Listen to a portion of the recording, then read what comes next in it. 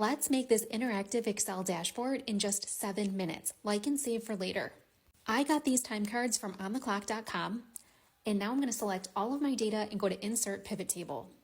We need to make 4 separate pivot tables. So our first one is going to be employee name and overtime hours for our overtime chart. So I'm just going to type in overtime here so it's really clear when we have to refer back to these. This one's going to be time off to the right. And let's repeat that process. We selected all of our data and we went up to Insert Pivot Table, and we're going to select existing and select where we set our title. So now we've got our pivot table, and I'm going to add employee name, and then we need hours for each time off type that we have, which are 3.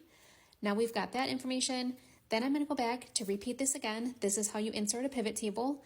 Click the little arrow for existing, and we're going to put it on the same sheet. So for this one, we want to be able to see total hours by date. We want to look at every single day this week and see how many hours people worked. And then this last one over to the right, this is another way to repeat a pivot table. You can simply copy the pivot table and paste it. So here we're going to make adjustments. We're going to put different fields down here so that we've got our kits made, and we want to know kits by employee. So now we've got our 4 pivot tables. This could be anything that you're tracking, but these are just for our example. So now what I'm going to do is go to pivot chart up at the top, and we need to make our different charts. So for overtime, it's going to be a pie chart. Right click on this to hide those fields on all of the charts. And now let's Control X and Control V to paste this on our actual dashboard. I need to move this around and resize it. So I'm just going to grab that right side, little circle, and move it. Now with this pivot chart, we want this one to be a little bit different. So we're going to go back up to the top again. And this time we're going to do a column chart. Let's make it a 3-dimensional one. Hit OK. And you need to right click again to repeat that step where you're hiding the fields. We don't need to see the gray fields. Looking good. So again, Control X and then Control V on our actual dashboard to paste it. And then at some point here, we're going to resize this a little bit more, but looking good. Next, we're going to go back again and do our total hours chart. So this time, this could be a line chart. So we're going to go back up again, insert a pivot chart, and let's find the line chart. Looks good, hit OK. And again, you have to repeat that right click to hide those fields and press the title and delete along with the legend. So Control X and Control V to paste it. We need to move this one around, and we're going to make this the entire width of the dashboard.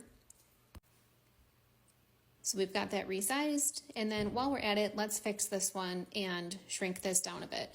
Now mine is shrunk down a bit more just so you can see everything on the screen, but you can adjust this to whatever size your monitor is.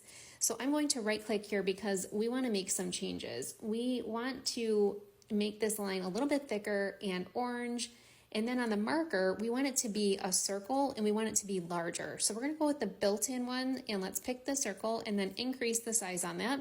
And you can change the color to whatever you want here. So I actually did an orange border here, and we could just leave it blue. Makes the dots pop a little bit, but looking good. Now you can clearly see. Let's right click on this because we want to add data labels. So you can center these, you can put them above, below, whatever's easiest to read. And let's close out of that. Much easier to see. Now for our last chart, let's go back up again to a pivot chart. And then this one, we're going to do a bar chart. So let's go down and find bar, hit OK. And then same thing, yet again, we need to click on the title, delete, and then right click to hide those fields and get rid of the legend. So we're going to Control X and Control V onto the actual dashboard. You can't see this very well, but in a second, I'm going to zoom out so it's a little bit easier to see what we're doing, but we're just resizing this and putting it in place. So now you have all of your charts. So what we need to do is resize these a little bit because we are going to add slicers. So insert a slicer, and for this first one, we want it to be date. We want to be able to click a button for each of the dates of the week that we have and see these items adjust. So we're going to move this and resize it. And let's resize it down just a little bit more because we're going to change the column count, and that's going to allow each date to have a button going horizontal. So go up to slicer and then on buttons, and we're gonna increase the column count. Now you've got your buttons for each date.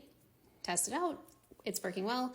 Now report connections up at the top is where you can go if you wanna connect two charts to a single slicer. So whenever I pick a different date, I wanna see the total hours change along with the kits made.